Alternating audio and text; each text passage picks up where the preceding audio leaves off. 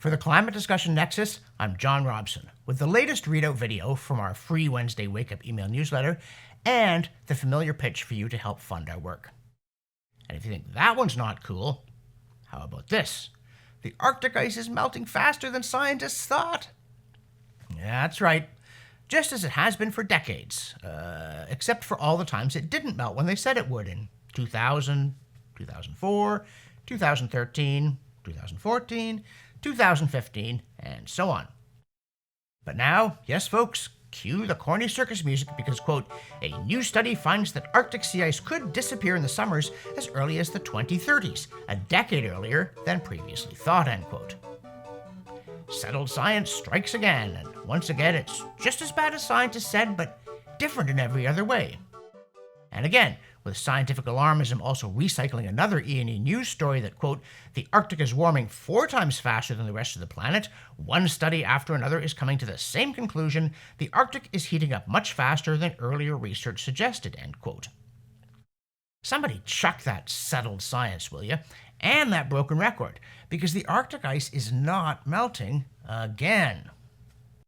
In the newsletter, we also ponder whether the Canadian government is torpedoing every major conventional energy project in the country through malice, incompetence, or a greasy mix of the two. For instance, the dreaded Trans Mountain Expansion, that's TMX to insiders, a private pipeline project that the state regulated to the brink of death, then bought and kept pumping in money without, pumping out any more fuel.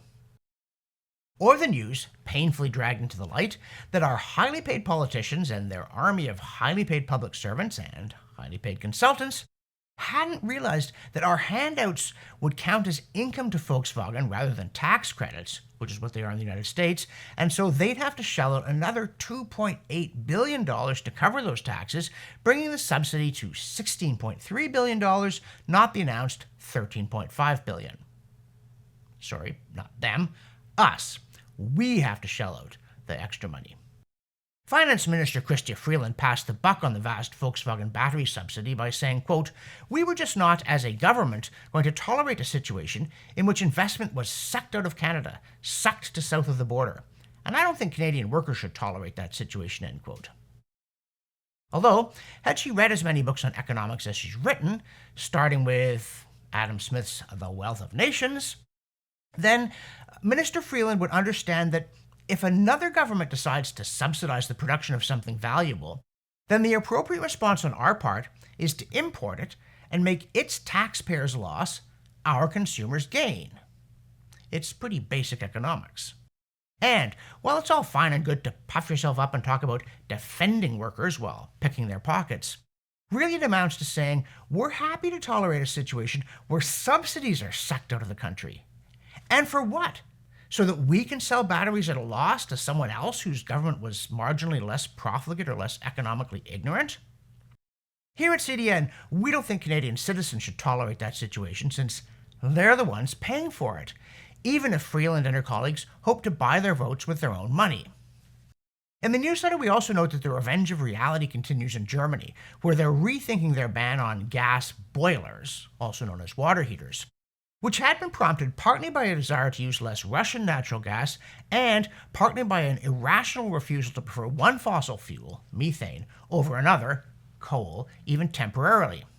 So, though they still apparently can't bear to rethink the taboo on fracking, they do seem to be coming partly back to their senses.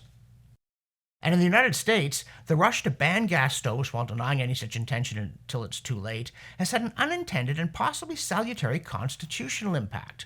House Republicans are trying to require that the legislature have the final say on major regulatory rules of all sorts.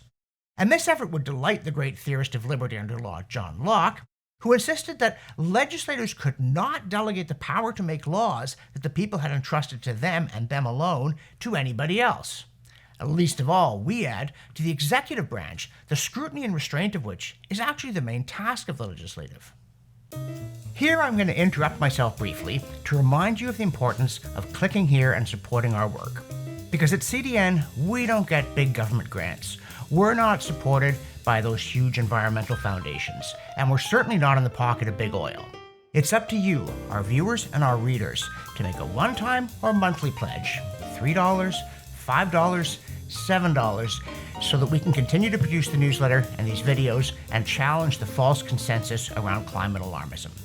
And now, back to the show. Also, the kelp carbon capture scow plows on, with National Geographic announcing that, quote, a wave of startups say seaweed is a multi-pronged solution to climate change. It can absorb carbon, curb the effects of cattle's methane burps, and feed biofuels, not to mention the world, end quote. Gee, kind of too bad that we don't already have seaweed occurring naturally in vast amounts throughout the 7 seas and doing... Oh, wait a minute. Nope. No time to wait, because from the All Climate News is Bad file, Wired frets that, quote, the upper atmosphere is cooling, prompting new climate concerns. Scientists are worried about the effect this change could have on orbiting satellites, the ozone layer, and Earth's weather, end quote. Whereas if it were warming, would scientists be reassured? Heck no. Speaking of which, in hammering on about supposedly unprecedented conditions, the BBC puts its foot in it after offering more of those charts where even a 1 degree Celsius warming has the Earth in a haze from pink to red, and at about 4 degrees Celsius you apparently get the Maillard reaction where the planet roasts and the Arctic caramelizes. The Beeb bellows, quote, concentrations of the warming gas CO2 in the atmosphere are at their highest in 2 million years. The world is now warmer than at any time in the past 125,000 years, and will likely get warmer still over the next decade, end quote. Okay then, government-funded media dudes. If CO2, the warming gas, is at its highest level in 2 million years, why isn't temperature at its highest level in 2 million years? Why did you cut that series off at 125,000?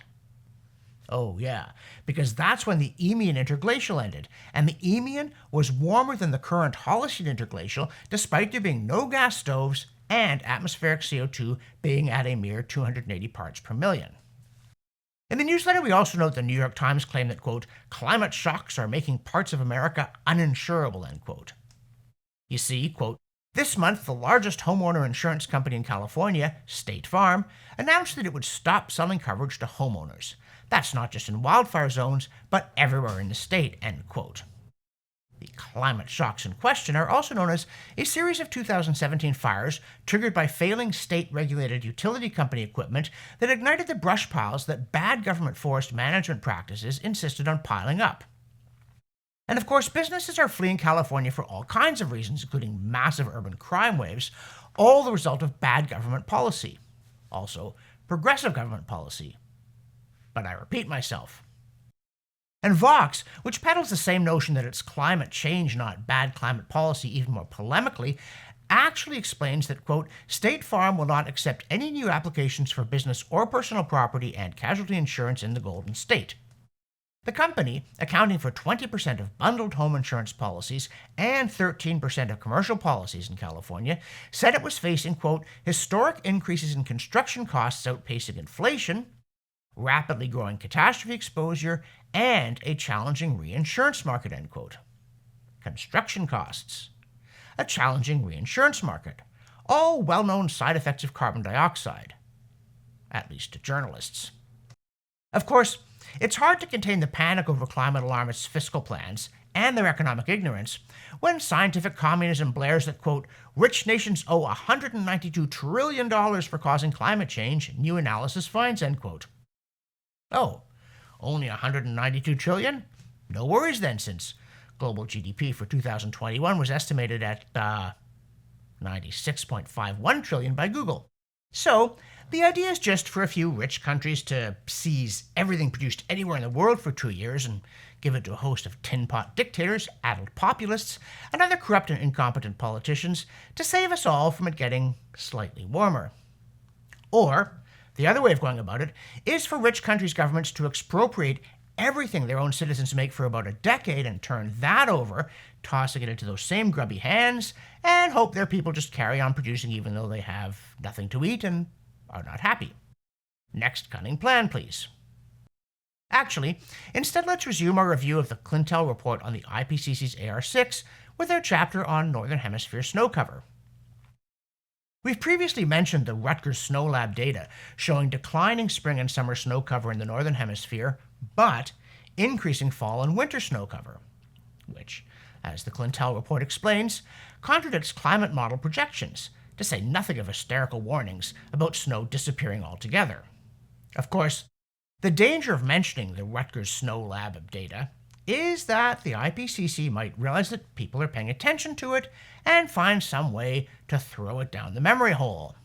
And sure enough, in AR6, the IPCC found another data compilation from a different author that it liked a whole lot better because it mingles actual snow observations with fluffy model-generated stuff to predict the past better. As for the future, well, we shall see. Kludged computer models normally don't seem to perform all that well, now do they? And another thing, if you've watched our video, A Historian Looks at Climate Change, in which I examined historical evidence pointing to the reality of episodes like the medieval warm period and the Little Ice Age, you might wonder why climatologists don't spend more time discussing these events. Well, now one has. It's Dr. John Maunder, who was president of the Commission for Climatology of the World Meteorological Organization from 1989 to 1997 and is a world-renowned climatologist. So yes, he's a climate scientist. And Maunder has published a book called Climate Change, A Realistic Perspective, The Fall of the Weather Dice and the Butterfly Effect. And in it, he demonstrates in no uncertain terms the reality of episodes like the medieval warm period and the Little Ice Age. Maunder, including on the blog Sun Live, notes that there was no theological reason for all the cathedrals in Europe to be built in the Middle Ages rather than at some other time. Instead, what caused the impetus was the surge in income due to the bountiful harvests during these warm centuries.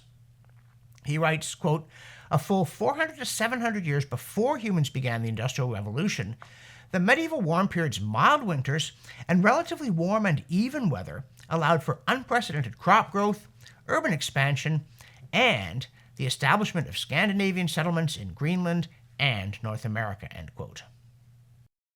Maunder points to all kinds of evidence of prosperity, including this interesting detail, quote, farmers in medieval England launched a thriving wine industry. Good wines demand warm springs free of frost, substantial summer warmth and sunshine without too much rain, and sunny days in the autumn. The northern limit for grapes during the Middle Ages was about 500 kilometers north of the current commercial wine areas in France and Germany, end quote. And he also argues that the medieval warm period was global, though not completely synchronous. Quote, the medieval warm period, which started a century earlier in Asia, benefited the rest of the globe as well. From the 9th through the 13th centuries, farming spread into northern portions of Russia. In the Far East, Chinese and Japanese farmers migrated north into Manchuria, the Amur Valley, and northern Japan. The Vikings founded colonies in Iceland and Greenland, then actually green, end quote. It's important to realize that Maunder's now retired, so he's free to say what he thinks instead of hewing to the professional party line, which is a very sad comment on academia, and makes his contribution to the debate especially welcome. Oh, more on snow. In the newsletter, we dig into the CO2science.org archive for a study of whether the continental United States was seeing a trend toward more extreme snowfall in either direction, or both, and is less snow, or winters that are more and more unpredictable between 1900 and 2007. Nope. Another one bites the frost. For the Climate Discussion Nexus, I'm John Robson, and I won't be surfing the Arctic anytime soon.